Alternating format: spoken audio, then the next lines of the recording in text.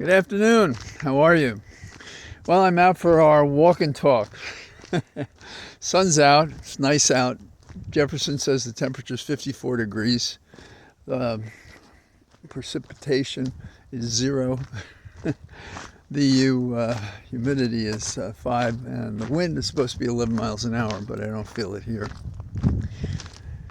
As you look around and focus on the West Wing, you have a feeling that there's a pattern of misconduct of an organizational type. When I was younger, there was a book, Organization Man. These guys are not Organization Man. The sequence is something like screw up, crawl back, modify, pause, etc. And this is most obvious right now in the tariff wars that we began. So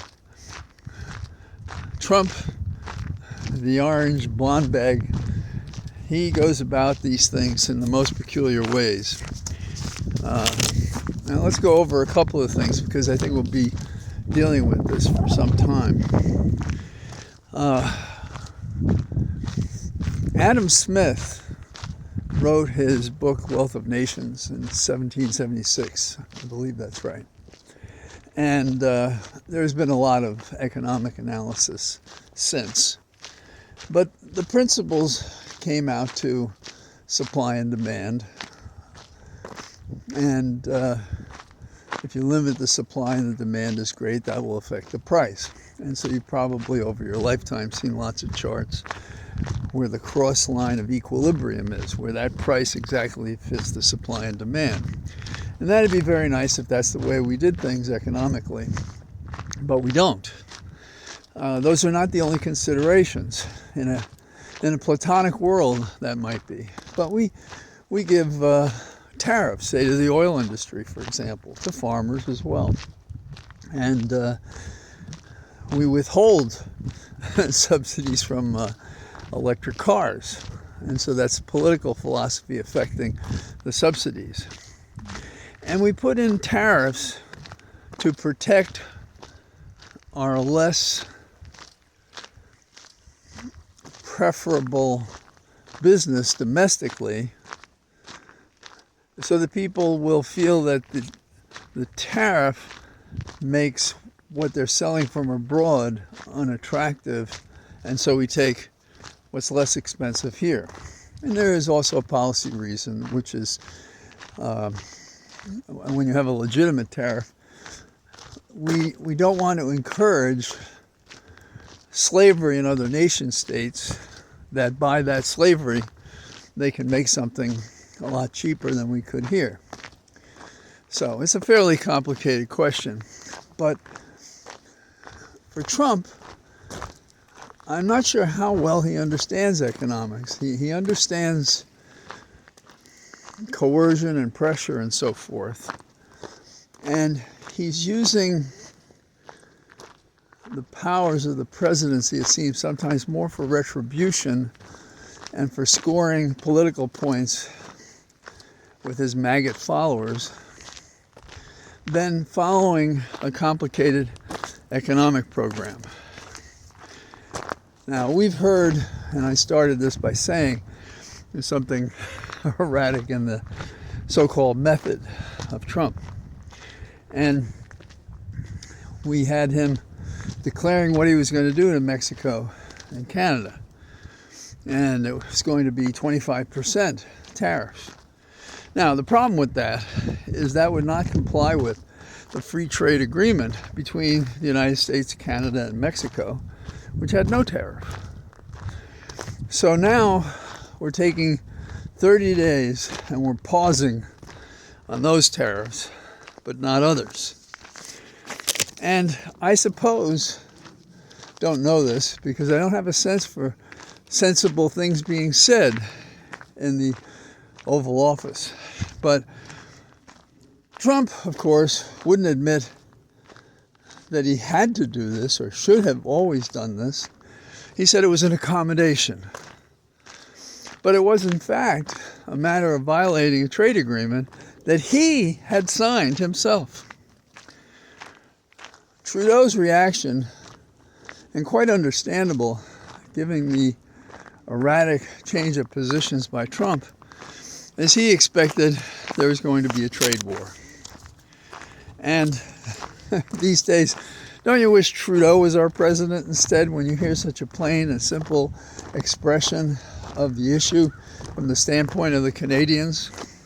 And why don't we have people saying these things? Well, some do, not enough. So what happens is the uncertainty of Trump's handling of the trade war leads to chaos here, making it difficult for businesses to make decisions. And probably the first wave will be in the retail category, as things come in with or without tariffs, as compared to what our domestic product is, if there is one available. And you know that inflation theory, that is, if you're going to make us pay more for an object because you put a tariff on the cheaper version that we did get, say perhaps food. I'm not going to talk about eggs. I'm annoyed that people try to identify this entire thing as about eggs. What about jobs at home and coverage? You know, it goes on and on. But anyhow, so we have this chaos lifted. So we're dancing with inflation because our prices are going to go up. And there is a fear that down the road, hopefully later, if it's going to happen at all, that we'll face a recession. Some call it the R word. Now, don't you imagine a person who learned business on Wall Street or in the highly disciplined areas of our universities? I was at Columbia, and after getting a physics degree from Fordham, I got a degree in industrial engineering, and I went to their business law school as well for credits, because I had extra credits from my earlier studies at Fordham. In fact, I went for 5 years. I wanted to stay in school, and I loved studying. But and then law school was 3 years after that, and a lifetime of advising businessmen. But now grab onto this. The Treasury Secretary, Bessent, I believe is his name, he said, access to cheap goods, isn't that the essence of the American dream? No, you moron. That's not the American dream. Cheap prices, cheap goods, that's not it. Go back to Adam Smith, as I did a moment ago. We have a supply, we have a demand, and what's the price point that is the ideal price? So whatever the widget is, the product is, the service is, there is at least a theoretical point that is the ideal price. Whether the item is, or was a $1 item yesterday, is $2 today. Whether you can get fresh lettuce and carrots and things like that. What is the equilibrium? And then there's that old saw, what is something worth? Whatever you're willing to pay for it. But when you consider the margin of profit, say for a grocery store, 1-2%, restaurants, if they didn't sell alcohol, many of them couldn't exist. I'm not being critical, it's the truth of the matter. So when we approach this problem of finding the equilibrium, the more things we introduce that alters that equilibrium, like subsidies or tariffs, is bound to have effect. So if there is no business in America that corresponds to a product that is sent to us from Canada, and we decide we can't afford that product, okay, we do without. But we may buy it because that's a product we really like and there's no place to get it here. So who gets hurt in that exchange? Well, the agent exporting to us from Canada, if they just pass on the price of the tariff with the underlying price, we pay more than we did and we have no alternative to turn to. So that's the simplest, and I hope it was not so simple as to be misleading, but that's the simplest view of the economics. And there's some beautiful charts introducing the different factors, and calculus and other mathematical tools are used. But don't you get the feeling that they don't have those kinds of conversations in this White House? And that's a failure. And I don't mean the president has to be a person who can drill down on these kinds of precise tools. But you have to know enough so that when a person who does tells you something, you know to agree with it. If there's a major failing in America now, it's that these dodos have replaced refined, disciplined thinking and science, that they've ignored it. And as a result, a child in Texas may die of measles. Water may be ruined someplace. Medicine may cause deformation in births. A person who's ill and but for not having the funds may die in an emergency room.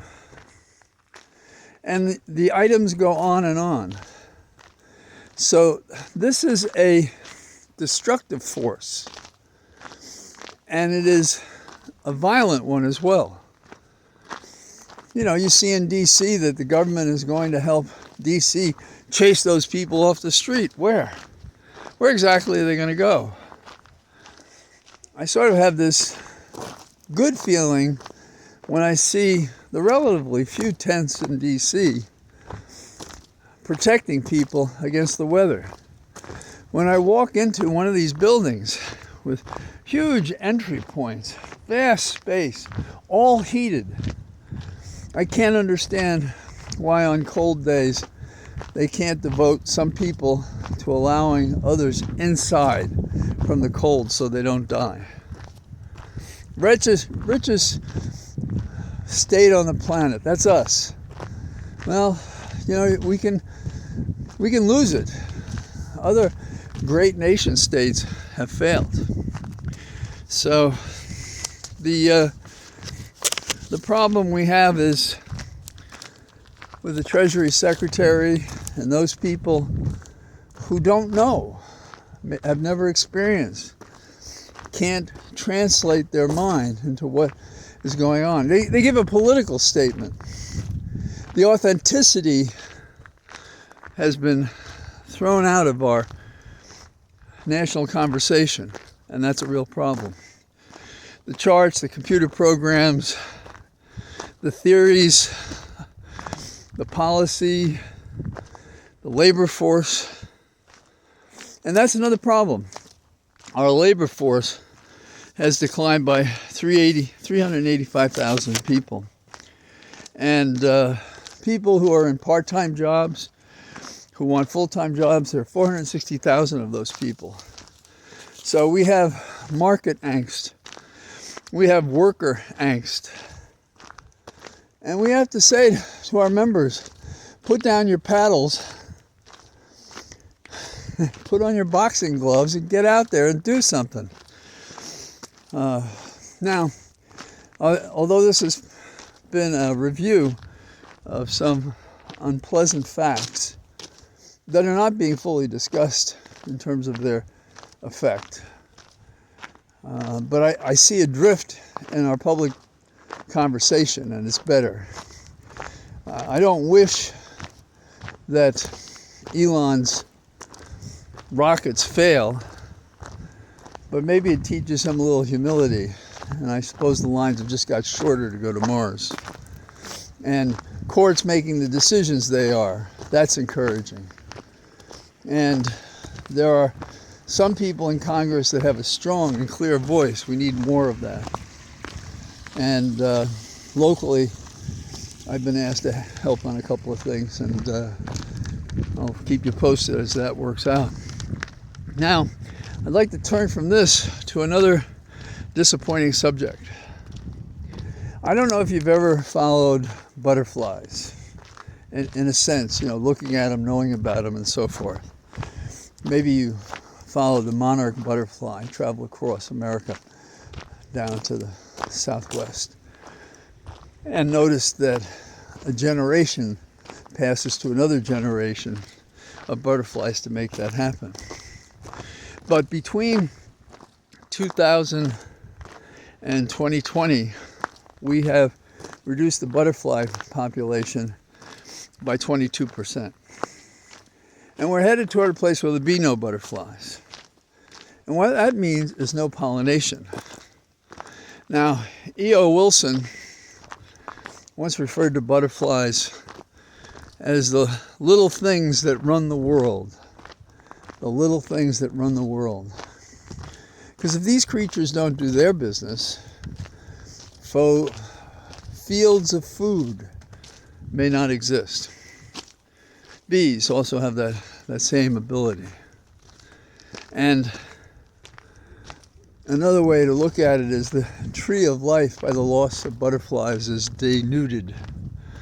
And I don't know what the experts say that we can do anything about it, but do you have to use that pesticide? We have known people who wonder why we have birds on our place. And besides the feeders, and it is because we don't spray. We do other things for our ground. We don't want our animals eating that stuff. But you see, it goes to bugs and to butterflies, birds, bumblebees. And when you consider if the insects are taking in this stuff and they're eaten by the next range of animals on the tree of life, then things happen to them. When Holly and I were in Antarctica, and we managed to put our feet on the ground get off the ship and talk at this research facility. And this brilliant woman was sad because she would look at the krill, tiny little creatures, and she'd say, they're coming and they're capturing the krill, and as a result, other creatures who live on the krill are not getting fed. And so the chain of life is broken in so many ways. And so we don't have to worry if Elon gets his rockets working, because by the time anybody gets them working, we will have killed ourselves if we don't change our ways. And it should be obvious, but it's not. I've said before, an experience I had when I was at Columbia. And we were together with these brilliant ladies from Barnard. And I'm serious about that.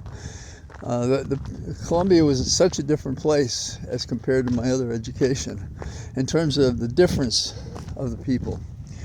And we started talking about the environment. And this one woman, apparently, somehow or other, this was not a subject that ever crossed her antennae. And when it did, she immediately understood it and was upset. And she said, what has happened? What are they doing about this? We have to do something about this. And I wish I knew how to contact her now to see what she did over her lifetime on this issue. But I do know the answer otherwise, that we did little and not enough. And so that's a challenge to us. Jefferson had this expression, Iusa fructus, I believe it was, and it's a legal notion. And the notion is that when you come into this world, and you use the environment, that your obligation when using the fruit, the fructose, is that you leave the environment as you found it. That ain't happening. In fact, especially in this administration, but before this too, politicians talk to us with two tongues. You know, I'm gonna bury the carbon dioxide. Yeah, sure. All right. Well, they haven't. They won't. But it's the bullshit line. So we think they give a damn about the environment, and they don't. They give a damn about the bottom line. And so that's our problem across the board. That if you put a price tag on it, watch out. So that's what I got today, and so I bid goodbye until tomorrow from my trees, my cathedral of trees. Yours too, wherever you are. Bye-bye.